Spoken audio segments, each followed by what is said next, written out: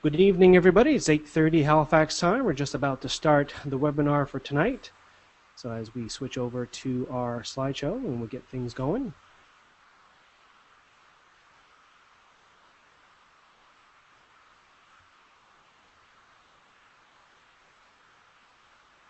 Welcome, everybody, to the first in the series of presentations on the topic of social media marketing for small business. In this session, we will be focusing on Facebook and some strategies that you can use to drive engagement. I am your moderator for today, Jim Cyr. I am an early adopter of latest tech trends. Most notably, I was one of the first podcasters in Atlantic Canada, but now my time is focused on YouTube, where I have accumulated over 1.4 million views, mostly in the tutorial and outdoor segment. The presenter for today will be Gillian Wesley from TheLocalTravelerNS and MadeInNS.com website. Gillian has taken her marketing experience and love for local and small business to create the local wish list and MadeInNS website. She works with small and local businesses to help them get the word out about their products and increase their online presence. Also joining us today is Mark McPhail. Mark is a partner at Chairs Limited, a made-to-order chair manufacturing company located in the Burnside Industrial Park in Dartmouth, Nova Scotia.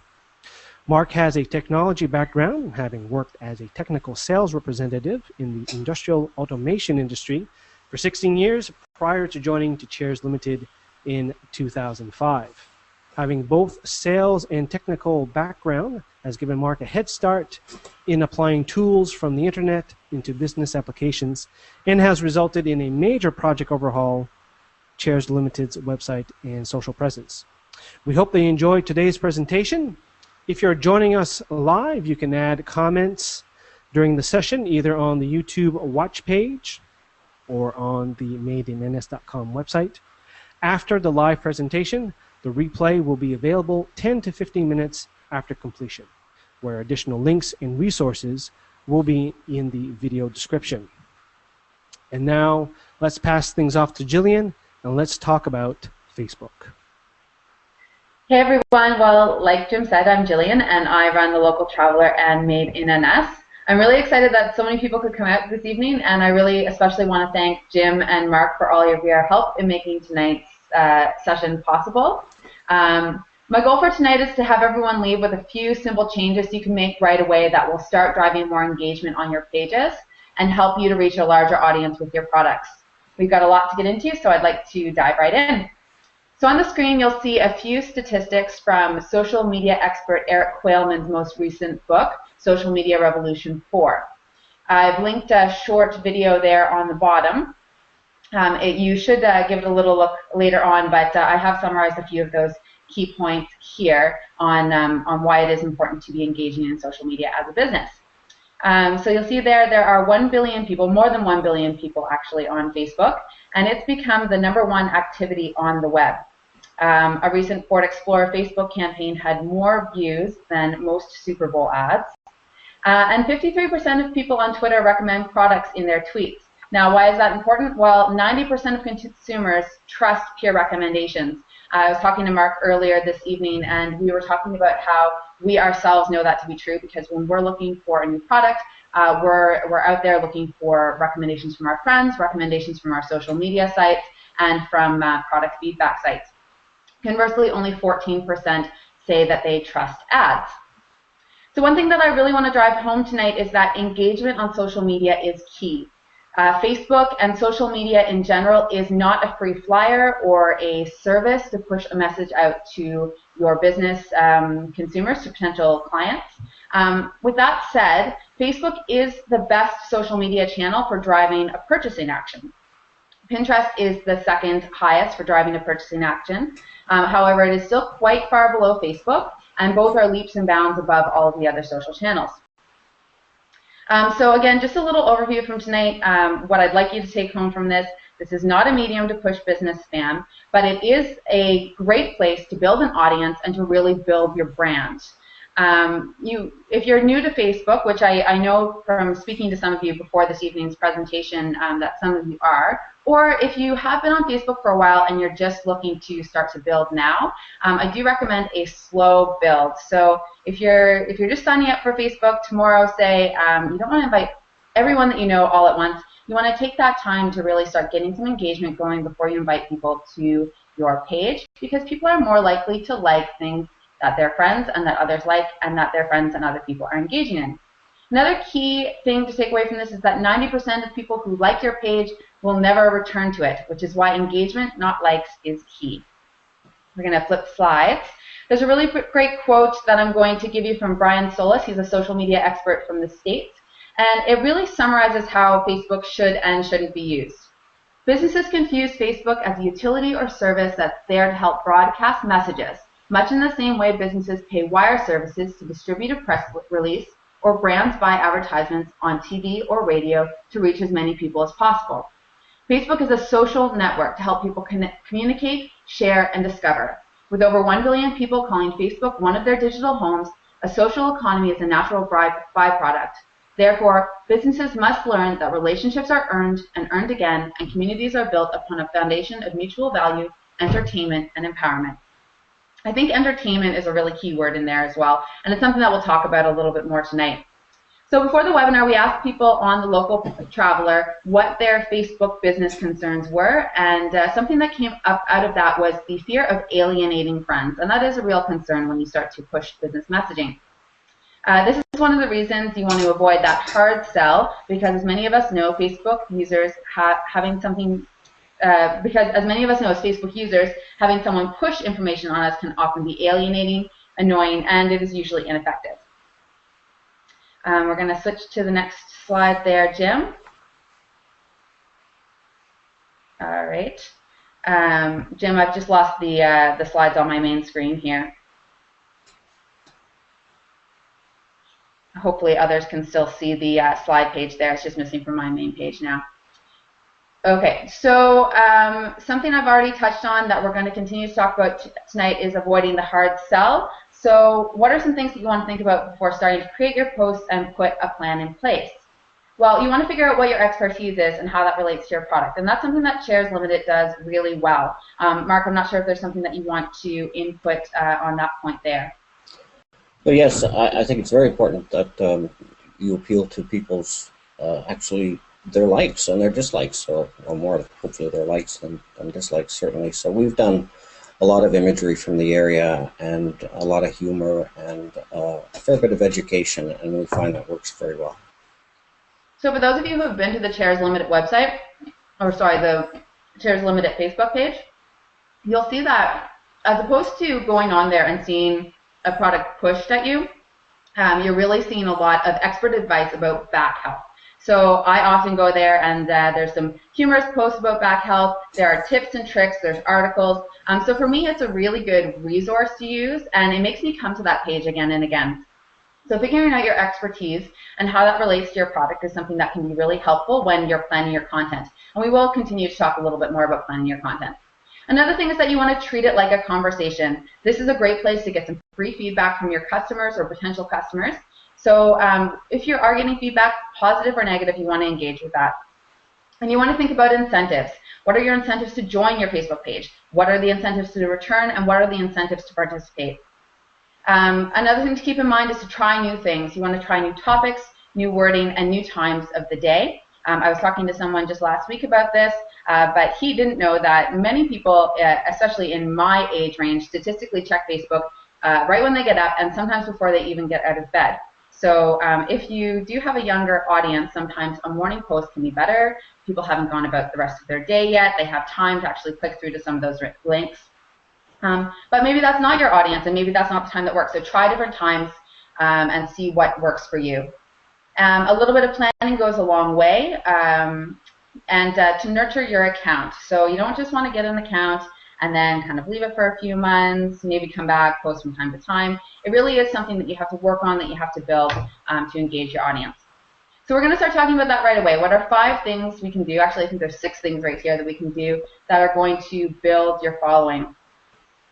So we talked about how engagement is more important than how many people like your page, but a base community is necessary to start building engagement and bringing more views and later more likes to your page. Here are 6 suggestions that can help achieve a base audience or to help build upon your existing audience. So one thing I recommend is in person. If you sell at the market or a store that allows some signage, it's a great place to target people who already have a little bit of interest in your product and drive them to your Facebook page. This may be as simple as letting them know about it in a sign or mentioning it to them during a conversation when it's relevant. Another place is through your existing social media networks. All social media networks do have key differences and different audiences and best practices for communicating. So with that said, you may have those who follow you on Twitter and like conversing with you who would be interested in seeing some richer content that could be posted on Facebook. Contests are a good way to bring people in. Actually, Chairs Limited has a great contest going right now if you join their page, which I'll let Mark speak briefly about. Yeah, and that's one thing you want to be careful about with contests. Facebook has some pretty rigid rules on what you can and cannot do, and the consequences can be that they'll just remove your page. So you want to be really careful there. Make sure you follow their rules. It is their highway after all. But a contest is a great way to build your base, as Gillian was talking about, and I think we're sitting around 400 right now, and that's probably up 300 in the last 2 months, not primarily due to the contest, but with the other initiatives that we do online.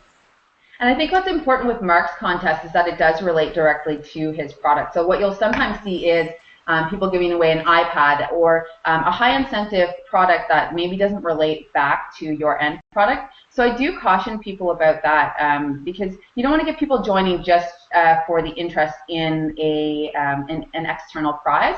You do want to keep those things related back to your product because that's how you're going to build a more relevant audience. Forming a mutual benefit community. So there's many people in here this evening who are newer to Facebook and who are also looking to start building up their bases.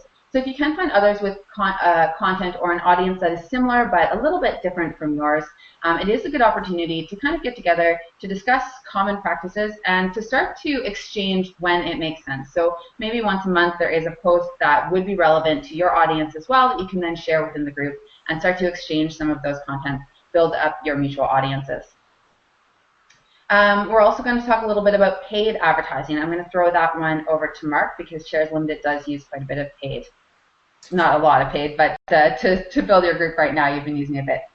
Yeah, we have, and it's a matter of just clicking a button when you post your message, whether it's an image or a humorous piece or a piece of education.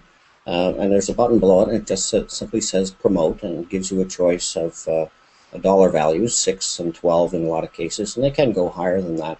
But that'll give you a number of people within your reach that you haven't had before. It's like a super viral, and it also helps the viral side of things as well. So people will click and share and like and so on as it goes out further and further. And it's a time release thing too, so it doesn't just blast it all out there. It looks for new engagements all the time. That's great. And then finally, we're going to talk a little bit about through existing members. This is the one that I think is most important and that we're going to talk about most this evening. Using engagement can help to reach audiences that are similar to your existing audience through their contacts. So Facebook uses a mix of elements to determine what shows up in your feed and what shows up in your friends' feeds. Posts that people engage with make it more likely that your info will appear in their feed again, and it makes it more likely that it will appear in their friends' feeds, which brings your content and products to a new audience. We're going to talk a little bit more about how to drive engagement in detail more shortly. First, we're just going to look at a quick slide here, though. This is 2 examples of good in-person solicitation to your page. We were talking about that as our first idea here to get more people back to your Facebook site. So these are both for Twitter, as you can see. We've got Sweet Williams and Meatmongers there. But they both use their market platforms to let people know that they do have a social media site that their fans can then come back and follow them and get more information on. So you already have a built-in audience there. Why not access it? Bring those people back so that you can keep them up to date on what's going on with your brand. All right, driving engagement. So one of the things that I find works best is to start asking simple questions. These are great ways to start a conversation and drive engagement with your audience. We're looking at something that involves a very simple or even one-word answer. You'll find that usually people do want to engage with your brand, but you do have to make it simple for them. So we've got a couple of samples here, asking questions that involve a yes or no answer or a true or false answer, something that lets them select their favorite out of a group, to fill in the blank, use true or false questions that relate to the subject matter. For example, if I were selling bird feeders, I might say, brand X is the best bird seed to attract bird Y, true or false. Gets a little bit of engagement going on your page. Playing little games like a Where's Waldo hide and seek type game can work, and we will have an example of that one shortly. And using opinion-based, but short opinion-based. So we're going to look at a few examples of simple questions that can drive engagements. These were pulled from a few of the people that I follow in my Facebook community. So the first one that you'll see there is Schoolhouse, and this is an example of a game situation. So they have a mini prize element. So they ask people to guess how many muffin tins were used after that week's market, and the prize winner, the person who guessed correctly, was going to get a free muffin at the next on the next Saturday. So it's something that's a low cost, kind of a fun little game that their audience did actually respond quite well to. I think they had about 30 comments on that there. Just very, very simple, but it drives engagement around your brand. The next one there is Destination Halifax, and they're asking what your favorite fish and chips are. What's good about this post, too, is they tied this into a current event, and that was that Canadian Living had named John's Fish and Chips as the best fish and chips in Canada. So they're giving you some information there. It builds around their brand of destination marketing, but it's also getting you to engage and you to contribute your opinion. The next one's from Visit Nova Scotia, and this is a fill-in-the-blank example. And it says, my favorite outdoor activity is. So they had 37 responses and over 200 likes to this. So this was a really great way to get people involved. And again, it's a good way as a destination marketer to see that people are engaged in the community here and that there are fun things to do here in Nova Scotia. This one's actually from Chairs Limited. I really like this one. This is a simple, fun, very visual guessing game that relates to their product, but it isn't their product. So you're still making the relation, you're still getting a brand experience here, but it kind of puts it in a little bit of a fun environment. And then this one's another one actually from Visit Nova Scotia. They are quite good on Facebook. I do recommend you check out their page. But it says, click like if you're proud to be a brew-noser. And actually, if you can see a little bit closer there, they do actually give a little bit of, I guess, a fun fact there that brew-noser was recently added to the Oxford Dictionary. So again, fun fact, you're learning something, you're having an opportunity to engage. I think this one, I can't really see the image there, but I think this one had over 3,000 likes. Lots of brew-nosers. Yeah, 3,500. 3,500, there you go. So that's great, and the more people are engaging with those, the more you're going to get those viral views. So people seeing your content who aren't actually in your community, who aren't the people who already like your page. We'll talk about some practical applications of this at the very end of the evening in terms of what you can achieve with a couple of simple changes. All right, the next thing we're going to talk about, oh, Mark, actually, I'd like you to talk about a specific post that you guys did, which was really great. Well, the one that's on the screen is actually showing the same style chair in 3 different colors, and we just simply asked what their favorite was. But previous to that, which is interesting, on the 19th of February we had posted, but we didn't use pictures. We used more of a survey tool and asked people what their color was, just favorite color was for a chair, just next to a box. We didn't get near the engagement that we did when we included the visuals in it. So it's very important, I think, to use quality visual stimulation because it does stimulate people and gets them engaged. And you can't overstate it, I don't think, because it's an instant recognition. Yeah, I think that's a really important point to make. We definitely have turned into a very visual culture. I mean, you can see through the success of Pinterest and Facebook's recent decision to switch. Now, Facebook hasn't rolled out all the way yet, but they've adopted a view that's much more like Google+, which is highly visual. It's just one indication of how far we're moving to become this visual culture. And with visuals, both of your product and of items that relate to your subject matter can help you build branding and engagement without incorporating that hard sell. I really liked too what Mark did there because it was a very, very simple answer. It was 1, 2, or 3. And if you do go and look on the responses there, you'll see that some people opted just to say number 1 or number 2 or number 3, and some people gave much more in-depth answers. So it's really interesting, but it opens the door for people to engage. And you'll find that once you do open the door, people will start talking to you, which is great. That's what you want. Okay, so some more things to drive engagement around visuals. You can put together visuals that incorporate a do-it-yourself or a video that incorporates a do-it-yourself. It also acts as a little bit of an incentive, a little giveaway. If you join my community, I post occasional videos on how you can make your own birdhouse. People generally won't actually want to make their birdhouse, but it's a good way to showcase your product that way and to make people feel like they are having a little bit of a giveaway. It makes them want to come back and engage with your page. Through memes or quotes that can be placed onto images. And photos that relate to what you're doing are great. Photos can be standalone posts or can be incorporated with some of the wording suggestions from above or other short, simple text. We're going to look at a few examples of that. We could just move the slide forward one there. So you'll see that first one. I really like this. So this is from Gabs and Eddie. They're a local company that does hats and other knit crochet goods. And they use a meme that I assume they knew would relate well with their audience and that also has a bit of humor. I can't read the text there on it now. Mark, are you closer to be able to see that? Yeah, I wish crocheting burnt more calories because I would be one skinny hooker. And if I could do that a little bit better, I could tell you too. It had a lot of likes, a lot of engagements. I think it had, anyway, quite a large number of likes there. I need to get my eyesight checked, as it turns out. There's 150 showing on the screen there. 150. So that's excellent. An internet meme, for those of you who don't know, is a concept that spreads rapidly from person to person via the internet, usually in a humorous way. And largely through internet-based emails, blogs, and social media sites. Generally, though, we would refer to a meme as a very quick humorous video clip or a combination of images and words that relate to a current event or specific group that is humorous.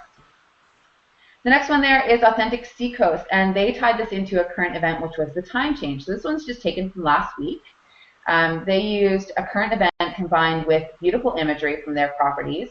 And again, that creates branding without that hard sell. So they related into a current event that people were either happy or unhappy about because moving the time forward is never as pleasant as moving the time back. But they mixed in some beautiful imagery that evokes a sense of what it's like to visit that place. And that subconscious branding is great to show on Facebook. And then Schoolhouse, I really love this one. So as you can see in the picture there, this is their, I think that's their nephew there, and he is trying their new gluten-free pizza crust.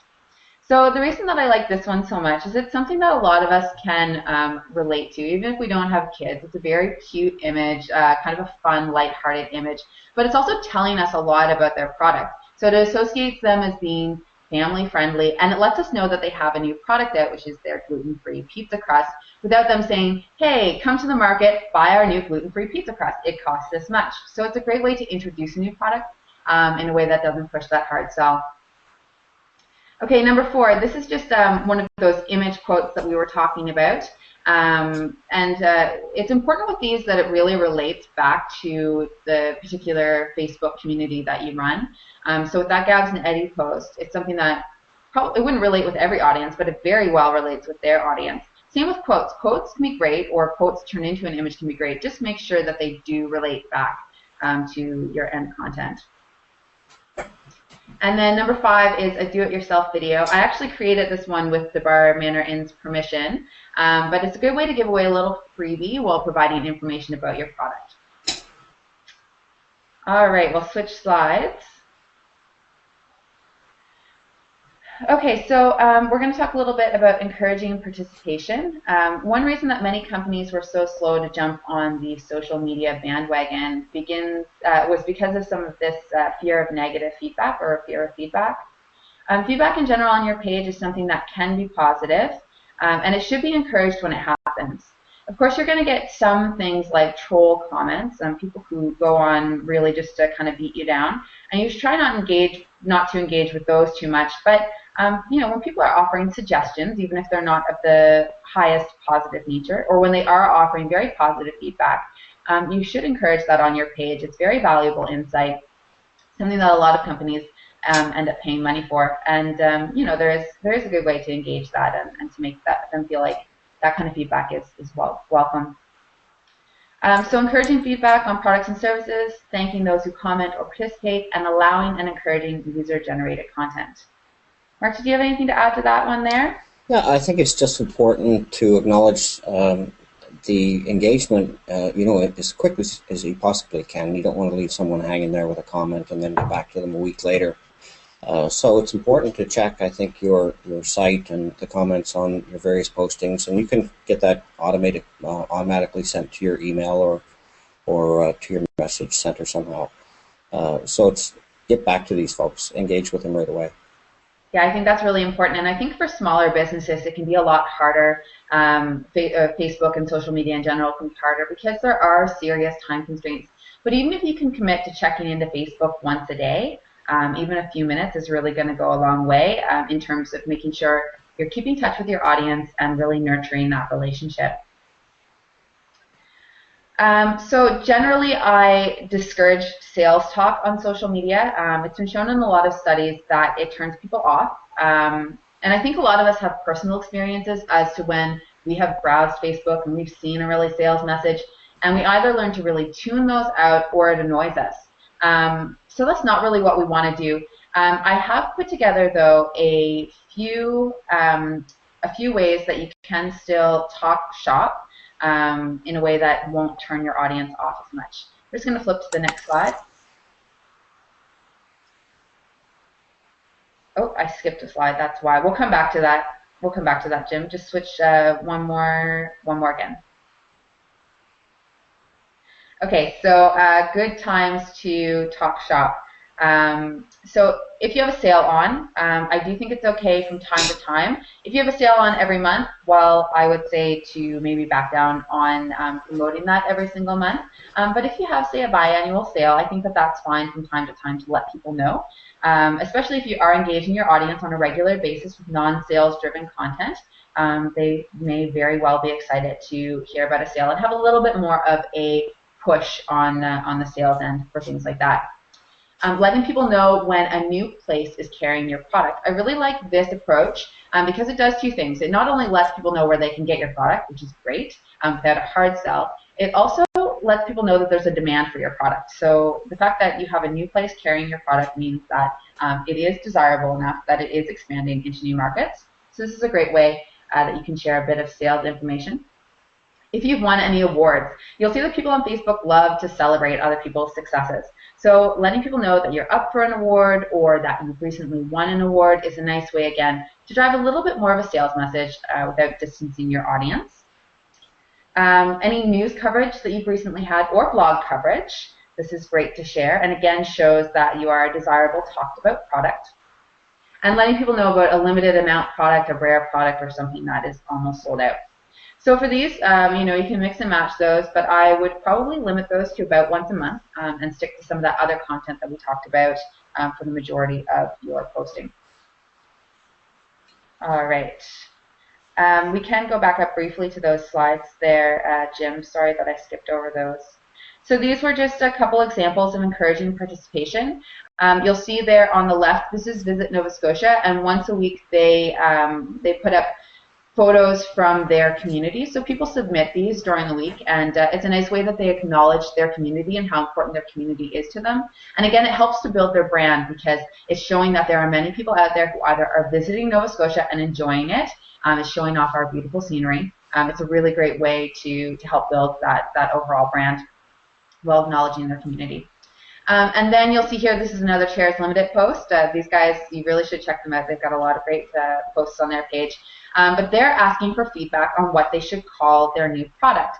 So again, it's not that heavy sales message. You've got a really nice image of one of their products there, and it lets your users feel as though they have some kind of stake or some kind of participation in the creation process. So that's really nice. We'll scroll down one more slide.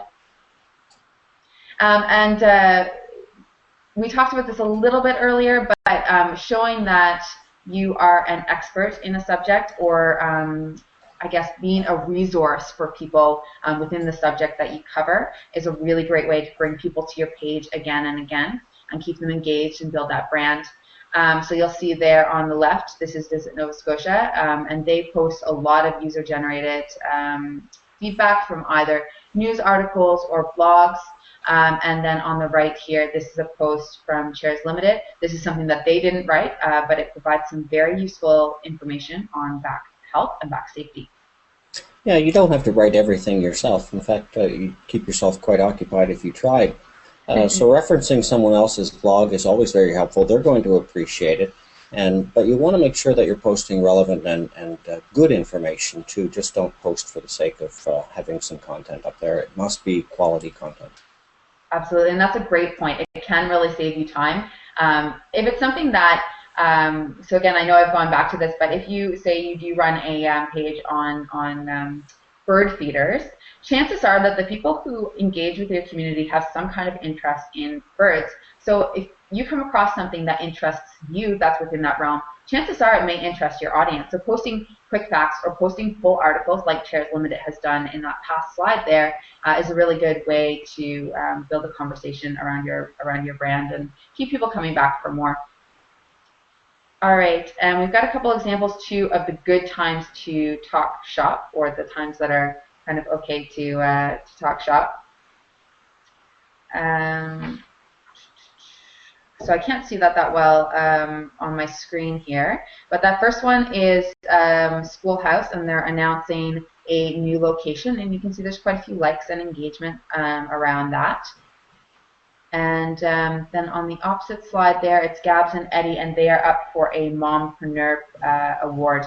And that post there received 52 likes and 10 comments. So it's a pretty simple post. Got people in their community pretty excited about it. People do like to celebrate together on social media. All right, we're going to talk a little bit about things to limit. Now, I just want to give kind of like a precursor to this. Everybody uses social media a little bit differently, and there's never any one right or wrong answer in terms of social media. The things that I'm going to highlight are things that can be a little bit harder to pull off, and just some things that you may want to keep in mind. I've done most of these things to varying degrees of, well, not success, but you know, these can work in some context, so I do want to point that out. I'm not pointing fingers at the brands who do this. It's just that in most contexts, it's harder to make work. So the first thing I want to talk about is linking accounts. This happens a lot, I find, especially with smaller businesses, and I think it's a time constraint thing. So when I'm talking about linking accounts, I mean linking Facebook to Twitter so that you only post on that one platform and your links go out to your Twitter feed as well, or vice versa, posting to Twitter and having those posts come back onto your Facebook group. Some people don't mind that. Some people it bothers a lot. And I guess really the reason that you would want to avoid that is that they are two different mediums. It's really important to keep in mind that they are two different mediums. So I can compare this to traditional media in that if I were to produce a television commercial and I then took the audio from that and put it directly onto radio with no changes, sometimes it may make sense, and sometimes people may have no idea what you're talking about. So keep in mind they are two different tools. And people can normally tell when you're linking back and forth. With Twitter, there's actually a link that says it's from Facebook. And on Twitter, you often get the @ handles and hashtags and things that don't really have a place. Just to add to that a little bit, when you do link, and we used to do this, and we stopped doing it just very recently, but you may be posting to Facebook and only seeing half the message on Twitter. Twitter, on the other hand, uses hashtags and @ symbols to get the message out to specific interest groups and people. And if you're going in the opposite direction back to Facebook, then those hashtags and @ symbols show up there. So it's kind of obvious to everybody that you're trying to, get everybody, when in fact you should be speaking to each medium as Gillian indicated, like a newspaper, like a TV, like a radio. You design your ad or your message for each one.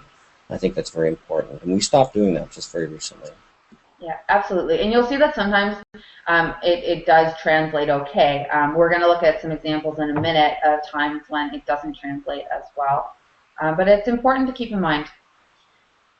Pushing out information, again, this falls in line with the sales tactic, but social media should be about creating a conversation and not a one-way, I have this for sale, this is what I do, buy this product from me. People shut down to that. People don't want to engage when they feel as though they're being sold to or having something pushed at them. So do treat it like a conversation. This comes back to nurturing your account. Stop posting once a month or stop posting 5 or 10 times a day. I usually tell people when they're starting out, really 2 or 3 times a week is okay. It doesn't have to be a full-time job posting to Facebook. As you progress, you can post a little bit more often, and your community will let you know. If you're posting, 5 times a week and only twice a week is getting any kind of engagement, maybe you can back off a little bit until you are getting more engagement on your posts more often. But really a few times a week should be okay. I see this a lot too, asking people to follow you just to increase your numbers. So most of us have probably seen this. I'm almost at 500 likes. I'm 10 away from 500 likes. Like my page so I can get to 500 likes. I really encourage people to give others more of an incentive to join their Facebook group. So maybe you're going to join because I'm going to provide you helpful, ongoing information about back safety. It's a great place for you to come and learn about back safety. Or it's a great place for you to come and learn about blue jays and what they like to eat, because maybe that's of interest to you. So give people an incentive, not just a self-serving, I want this many followers, so come follow me, tell your friends to follow me. And text-heavy posts. So on Twitter, you can't do this. It's 140 characters. On Facebook, you can have a little bit of a longer limit. I usually say about 80 words. That's normally about where the break falls. So the break is when you have to click to read more. You want to make it easier for people to absorb the information, cut down the posts, make it concise, make it exciting, keep it informative. Less is more. That is certainly true in this case. Yes, yeah. So this is 2 different examples, one of Facebook to Twitter and one of Twitter to Facebook. So on your left here, this is Facebook to Twitter. So that's that link I was talking about there. So I can see right away that this post was not created for Twitter. It was created on Facebook and just linked, because I can see that little fb.me link. You can also see that I can't see the full post. So I'm only getting half of what they're trying to tell me. And, a lot of times this will either annoy people or they just won't click through. They'll just skip over it. So you want to craft your message for the right audience. And then you'll see the reverse here. So this is something that was created for Twitter and linked directly onto Facebook. And how can I tell? Well, I don't have a little link this time to tell me, but I can see MT, which is a modified tweet, the symbol for a modified tweet. I can see an @ sign. I can see hashtags. I can see the Follow Friday sign. So when I look at this right away, I know that it's not, it wasn't designed for Facebook. As a Facebook user, hashtag Follow Friday and some @ symbols, they don't really, it's not the right audience. If I'm only on Facebook, this doesn't make sense to me. Okay, so like I said, we took a couple of our points in the weeks prior to this, or leading up to this webinar, to test some of these out on a local business page. So we worked with Distinctive Garden Accents. They're one of the Made in Nova Scotia members. And I have on the left there, this was one of their posts, a pretty standard post prior to us workshopping a few different changes that he could make. So you can see he's using images, which is really great. You can see that it is a little bit long. You have to click on the see more to see the full post. And you can see there too, it's getting a little bit of engagement. We've got a like there and a comment, and it does showcase his products. So there are some things here that are right, and there are things that just could be cleaned up a little bit to be better. So when he was making these types of posts, he was getting around 50 to 80 views on each post. So your Facebook analytics will tell you these things, and it'll also tell you how many of those views came from your audience, so your community who have actually opted in to like your page, and how many come because it was viral, because people are engaging with you and it's appearing in their feeds, and their friends can see it. So this one was getting about 50 to 80 of those views. So you can see there on the right, this was the first post that we made, and this used the simple question, simple answer type model. So it says, which do you like best, left to right? And he gave a brief description and a simple answer option of 1, 2, or 3. So this one you can see had 13 comments and 5 likes. But the best part of this was that 396 people saw it. So that was a huge increase to who was normally seeing it. He only has around 120 people who have actually opted in to like his page. So a large number of those people aren't currently members of his community and are now being able to see his product and engage with his product, which is really great. So according to those statistics, 93 of the views came from his community, so people who opted in and liked his page. So the majority of his, the people who liked him saw it, which is great. And 309 were not currently members. So here's 2 other sample posts. This one was more recent, this one on the left. Where's Greeno? How many frogs can you find in the photo? They're playing hide and seek today. So this is one of those game type options that we were talking about. But what's great about this too, people do like a little bit of a game. You can see we've got 8 comments, 4 likes, so we're getting some good engagement there. But it also really showcases his product and builds a brand without that hard sell. And so this post here, let me see, in the first hour and a half, this post had over 200 views. And again, a large percentage, the majority of those, 119 of those, were those viral views. So people who aren't currently members of his community, which is great. And then you can see a third example. The warm weather is coming. Click like if you plan to visit some of Nova Scotia's historic lighthouses this summer. So that one had 8 likes and 1 comment. And again, a way to engage your community without that hard sell, but it still involves his products. All right, we're going to switch on to the next slide now. So I just gave you a couple of accounts. You've seen quite a few of them here tonight, but these are some great accounts that you can follow over the next couple of weeks and continue to get more ideas as to what can work and what sometimes doesn't work in terms of engaging your Facebook audience. We've got Schoolhouse Gluten-Free, Visit Nova Scotia. We definitely have Chairs Limited on there, and Authentic Seacoast. And you can also follow our sample group, which is Distinctive Garden Accents. Jerry and I, well, Jerry left me, we'll continue to do a few more updates and tweaks and try some new things. I also encourage you to spend time finding and following people who sell products that have a similar audience to the products, like yours, who are generating good engagement. It may take an afternoon, but it is a good exercise in finding good examples of products that are very similar to yours and the types of posts that are working for them to get those likes, those comments that are going to get you into other people's feeds and get more people back viewing your products.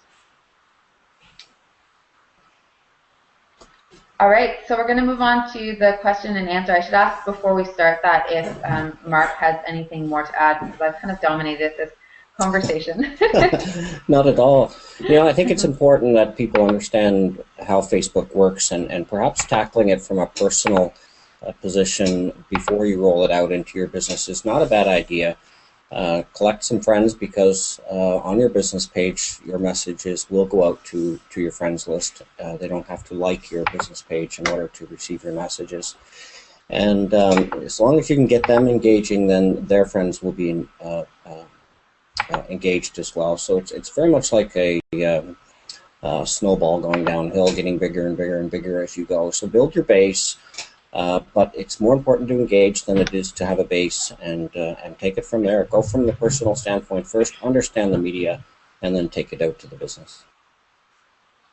All right. I really hope that that was helpful. We do have 15 minutes remaining, and I see that there's no comments or questions on the madeinns.com webpage. I'm going to see if there are any questions on the YouTube page from Jim there. The internet is a great tool as well. You know, mine the internet. Google for images that might relate to your business.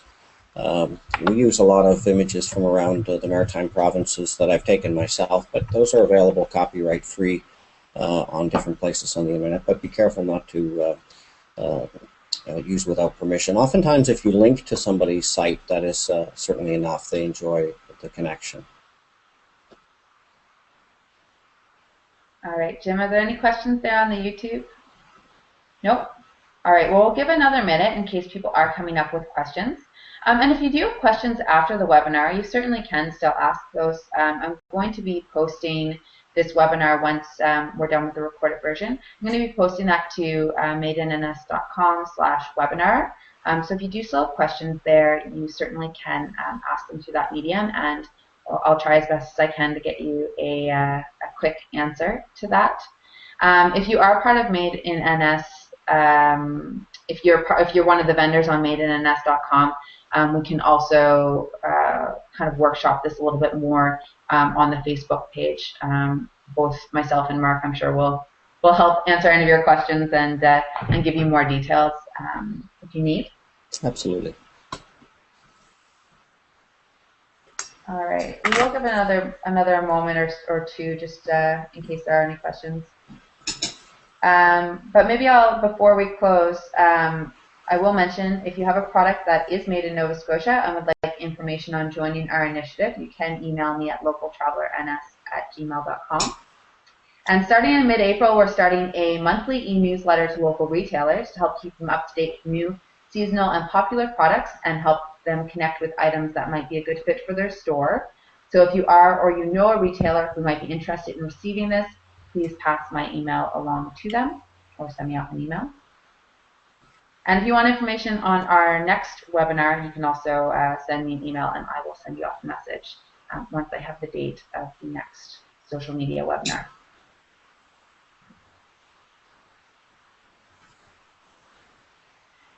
All right, well, it looks like there's no questions, so I think we'll leave it here for tonight. Thank you again, everyone, for joining us.